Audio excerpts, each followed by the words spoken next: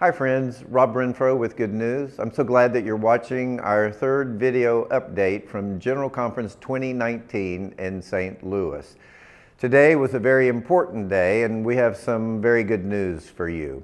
You'll remember that yesterday the General Conference decided which plans they would deal with first, which plans to organize our life together, especially around the issue of human sexuality. The plan that garnered the most votes yesterday was called the Traditional Plan. It restates that we believe that all persons are persons of sacred worth and deserving of the ministry of the church, and yet we believe that marriage is reserved for one man and one woman, and that persons who are engaged in homosexual relationships are not to be ordained. That plan came before the legislative body today. And the legislative body worked through that plan and affirmed that plan by 56%. Now that may not sound like a huge margin to you, but actually that's right about what we predicted.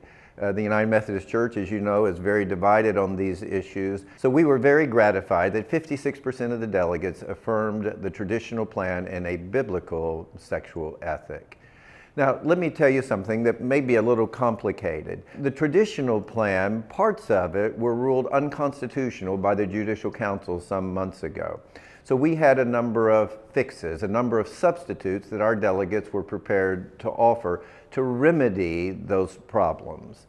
So we got some of those put into the traditional plan, but then someone made a motion and some of our delegates were confused and thought that we were voting on just a very small part of the plan, when the way the motion was stated, it meant that we were voting on the entire plan. So it was affirmed by 56%, but we hadn't yet put in all of the remedies, all of the constitutional fixes that the plan needs to have some real accountability to it.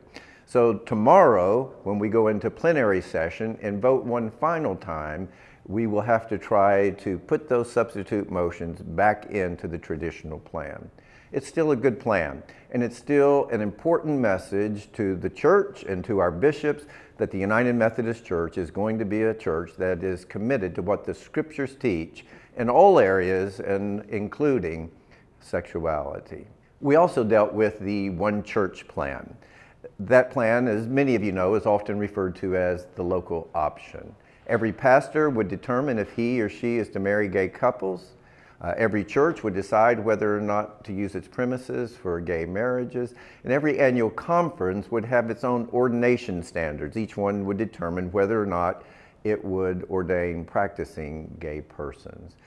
Our bishops, many of our leading pastors, our boards and our agencies, they had put on a full court press to ensure that this would become the new sexual ethic for the United Methodist Church. It failed. It garnered only 47% of the votes. Now again, these margins seem very close, but as you know, we are a very divided church.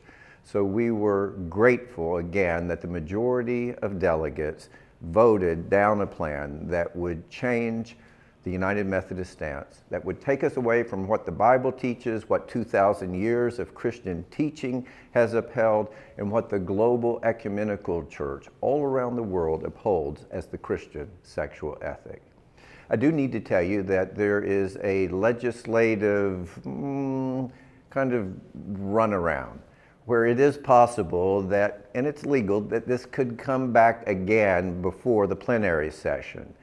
It probably will. We need to hope and pray, and we will be working to make certain that it's voted down once again. So if you're hearing that we had a very good day, that we affirmed a biblical sexual ethic and we turned down all the efforts to change that, you should hear that. That's the primary message you should take away. You also need to hear that tomorrow all of these plans will come up for a final vote. The traditional plan for sure. The One Church plan, if they're able to resurrect it. It's that final vote tomorrow that determines whether or not the new traditional plan becomes the actual position of the United Methodist Church. So please be praying that that is what will happen. We'll give you an update tomorrow night. The conference will be over. We'll know exactly where we stand. Listen, we are very grateful for you.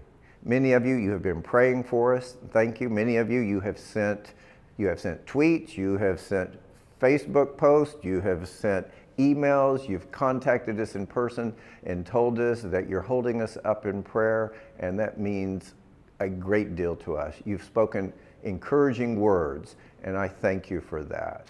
And also, many of you have supported us financially. This has been a costly business. I look forward to the day that we don't have to spend money to uphold 2,000 years of Christian teaching and what the Bible says to be God's will. But right now, that's where we are. And you have been wonderful, and thank you so much for that. I'll see you tomorrow night, Tuesday night. God bless you.